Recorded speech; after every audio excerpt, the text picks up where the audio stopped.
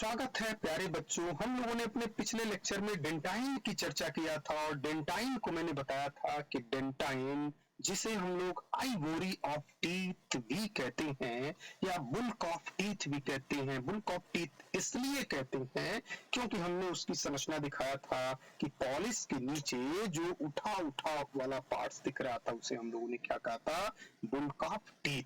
फिर हमने यह भी बताया था कि यह डेंटाइन ही वो ऐसा रीजन होता है जो क्या करता है प्यारे बच्चों, तो डेंटाइन ही वह एक ऐसा रीजन है जो कि दांत के पीलेपन के लिए जिम्मेवार होता है। फिर हम लोगों ने यह चर्चा किया था, यह मैंने प्रश्न रखा था कि आखिर क्या डेंटाइन के अंदर मिनरल होता है कि नहीं, या मिनरल होता भी है तो कुल कितना फीसदी, कितना प्रतिशत मिनरल होता है। तो प्यारे बच्चों, एनामल के बाद जो भी संरचना हम लोग देखते हैं वो आइवोरी ऑफ टीथ ही होती है या बुल्क ऑफ टीथ ही होती है।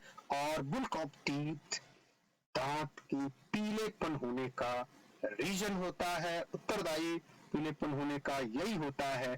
फिर आज हम लोग जाने कि आखिर इसके अंदर मिनरल मैटर कितना होता है, यानी डेंटाइन के अंदर मिनरल मैटर यानी कि खनिज पदार्थ की मात्रा कितनी होती है डेंटाइन के ऊपर। तो प्यारे बच्चों, जिस तरह से इनेमल के अंदर मैंने बताया था कि 96% मिनरल मैटर होता है और उस मिनरल मैटर में यानी इनेमल पे कैल्शियम फॉस्फेट व कैल्शियम कार्बोनेट की अधिकता होती है, ठीक है। और यह भी मैंने बताया था कि इसके अतिरिक्त भी उसके ऊपर कठोरता के कुछ रीजन भी होते हैं जो मैंने उस वीडियो में चर्चा किया था, उसे आप जाकर के देख लीजिए कि उसके अतिरिक्त कठोरता के पीछे क्या रीजन है। आज हम लोग यह जानने वाले हैं कि इसके अंदर यानी डेंटाइन के अंदर कुल कितना मिनरल मैटर होता है। तो प्यारे बच्चों, डेंटाइन के अंदर तकरीबन 70% मिनरल मैटर यानी कि खनिज पदार्थ होते हैं, 70%। और 70% मिनरल मैटर होने के कारण ही यह जो हमारा डेंटाइन है या आइवोरी ऑफ टीथ है या बुल्क ऑफ टीथ है, दांतों को मजबूती प्रदान करता है। प्यारे बच्चों, यानी कि इसके 70% होने के कारण ही हमारे दांत इतने मजबूत होते हैं।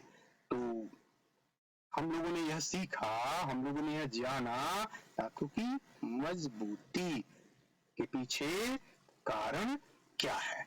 फिर हम लोग यह भी देखें कि डेंटाइन की ओरिजिन हमने पिछले लेक्चर में आपको बताया था क्या होता है। तो डेंटाइन की ओरिजिन क्या होती थी, तो डेंटाइन की ओरिजिन मेसोडर्मल थी, मेसोडर्म थी, ठीक है। यही रीजन है कि एनामल पे पाया जाने वाला सबस्टेंस जिसे हमने कहा था एक्टोडर्मल के कारण क्या रहा था, एमिलियोब्लास्ट, और यहाँ पे डेंटाइन मेसोडर्म। तो एक्टोमेसोडर्म टीथ की क्या बताया था मैंने, ओरिजिन बताया था, ठीक है। तो इसकी ओरिजिन क्या होती है, मेसोडर्म। और मैंने पिछले ही लेक्चर में बता दिया कि यह मेसोडर्म कौन सी सेल को बनाता है जिसके कारण यह डेंटाइन आता है।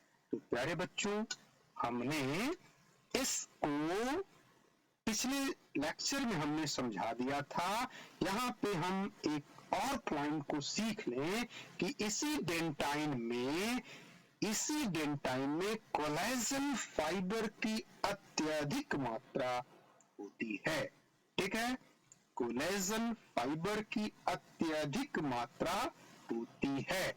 अब हम लोग अगले लेक्चर में यह सीखेंगे कि हमारे दांतों के क्राउन वाले पार्ट्स के भीतर जो हम लोगों ने डेंटाइन को पढ़े, डेंटाइन को सीखा, इसके नीचे जो इस तरह की संरचना मैं दिखाया था ऐसे, इसके नीचे वाले भाग में क्या होता है। तो इसके बारे में हम लोग अपने अगले लेक्चर के बारे में बात करेंगे इस टॉपिक्स पर। तब तक के लिए धन्यवाद।